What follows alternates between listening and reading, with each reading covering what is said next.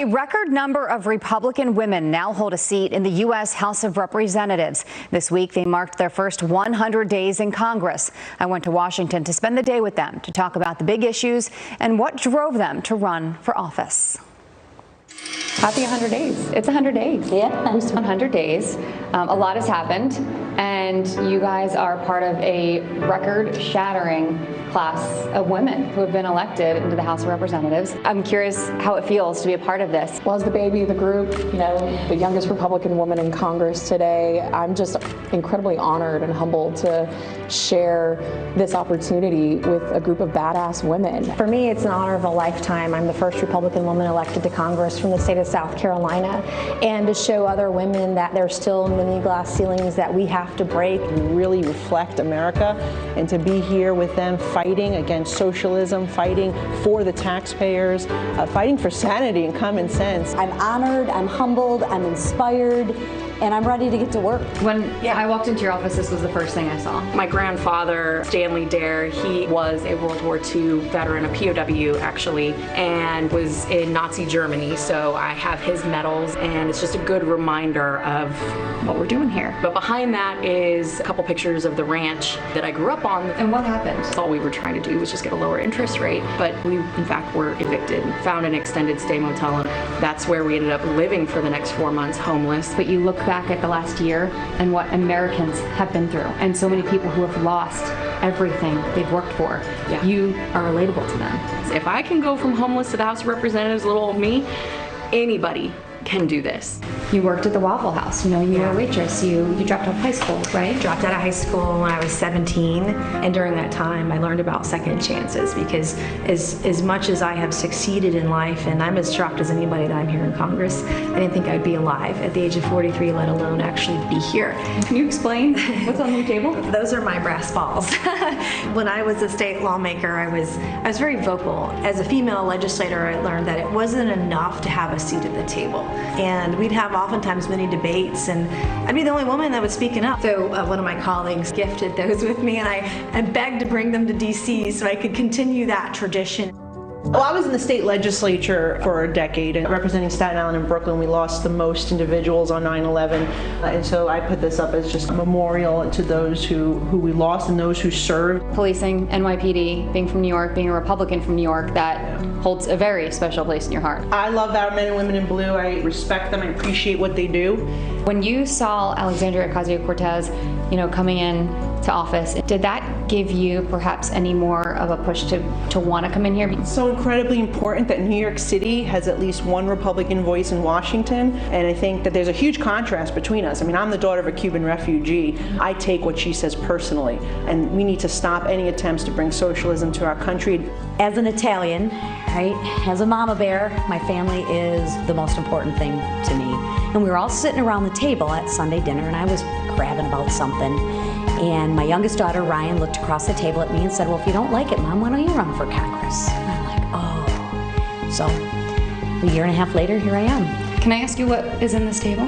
Probably the biggest thing in this table is the Bible. So my daughter, Riley, she gave me a Bible to be sworn in on, which is very special to me. And They must be so proud of you. I want to hope they are. I want to believe they are. I'm proud to be one of the women of the 117th Congress. I want people to elect me because I'm competent, not because I'm a woman. But at the end of the day, if you really look at this class, we are a very inspiring, unique class. Happy 100 days. It's 100 days. Yeah. It's 100 days.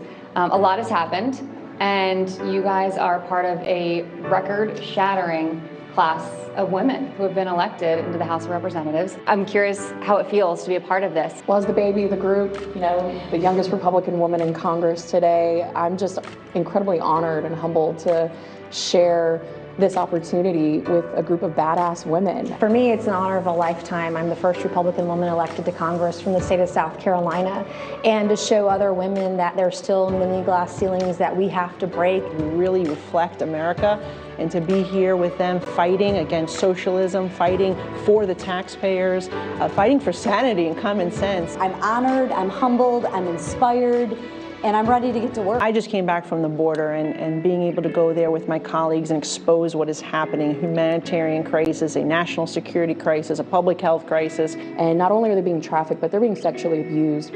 I spoke with one girl, she was 9 years old, and she had been gang raped to the point where her vocal cords had given out because she was screaming. It makes your stomach turn. If you think this is just a southern border issue, you are gravely mistaken. We have an issue, and I'll tell you, it's coming to a town near you.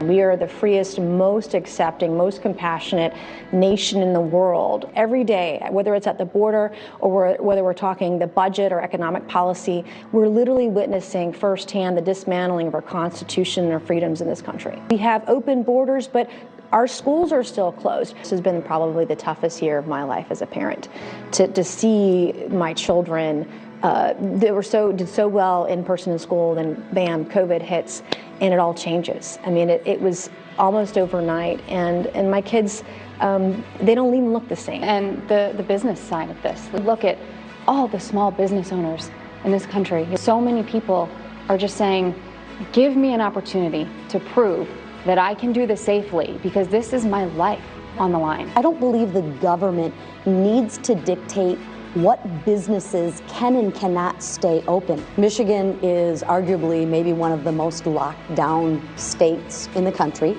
Florida is not. But you look at their COVID rates and they're almost identical. Yeah, and just a PSA plug, Florida is open for business. Come on down, weather's great. It's been almost 1 year that you've had people calling to defund police, where you have had police departments that have defunded. Just this week, we saw what happened in Minnesota with Dante Wright. You know, it's a hard topic for people to talk about. As a parent, I teach my children right from wrong. I teach my children that your actions have consequences. And in our household, we believe in the rule of law. We have dehumanized people on both sides, right? You don't see beyond the badge. As the wife of a first responder, this is a very, very personal issue to me. The NYPD has now had their hands tied by a mayor and a city council that feel that they know how to do the job more than the cop on the street. No one's going to want to be a cop in New York City. And if we defund the police, then they're not going to have the resources to have qualified candidates. But at the same time, as Republicans, I think we do need to absolutely acknowledge some of the challenges. 2022 is far away, but also not that far away. As the youngest Republican woman right now, if come January 3rd, 2022, I'm still the youngest Republican woman, I haven't done my job.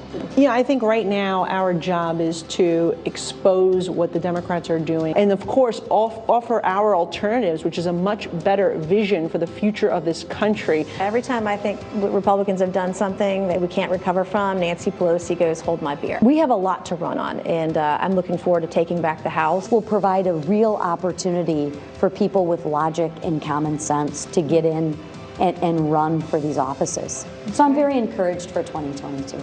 Well, cheers on your first 100 days. Thank you. Here's to the next 100, and also to the future women leaders. Here, here. I feel like I need a mimosa.